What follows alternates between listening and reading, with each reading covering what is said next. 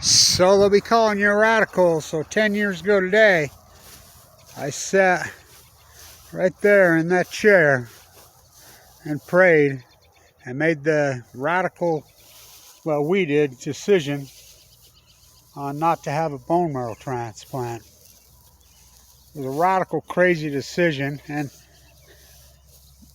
it's important. I had AML leukemia de novo, which presents in tumors.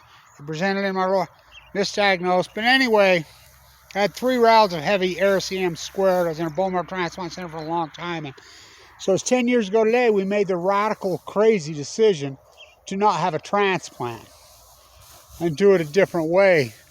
You know, through diet, through hiking, walking, through fighting back against the people that gave it to me. Nuclear Energy Crime Syndicate. Walked the whole coast of California. I remember my one doctor was like, "You're crazy." And Finbo's like, "What do you got to lose?" He's like, "You'll probably die out there." And I'm like, "What a great place to die." So anyway, I would not recommend it for anyone. But I would. I mean, it's a tough choice. It's the hardest choice I've ever had made. Is it the greatest accomplishment in my life? Yeah, that and raising my kids and my grandkids. It's been a war from hell.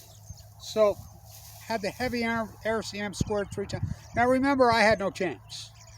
I just got a stomach ache one day, and I had tumors right in, and it was just, when they finally, it took a long time to figure out. I went from 170 to 130 pounds in 3 weeks. Misdiagnosed. They told me I had an ulcer. They told me this. All the doctors had it wrong. Finally, they bone marrow biopsy. You know, they'd got it wrong. That all the good doctors had got it wrong. I mean, to think that leukemia could present in a tumor is madness. So, went through 3 heavy rounds over. I went into the bone marrow transplant on 11/11/11. 3 of them. So it took about a month to get diagnosed, and that time I almost died. I mean, Huntsman's still trying to sue me for a phone call for $1,200. I'm so glad I didn't go to the luxury good of death. But anyway, I wasn't recovering. My plate accounts and Finbo, Peterson, myself. There was a guy named Brian Morris who came into my room, and he had survived. He'd been sent home to die. Fucking noise pollution punks. He'd been sent home to die, and he didn't die. Now remember, his came back after 9 years.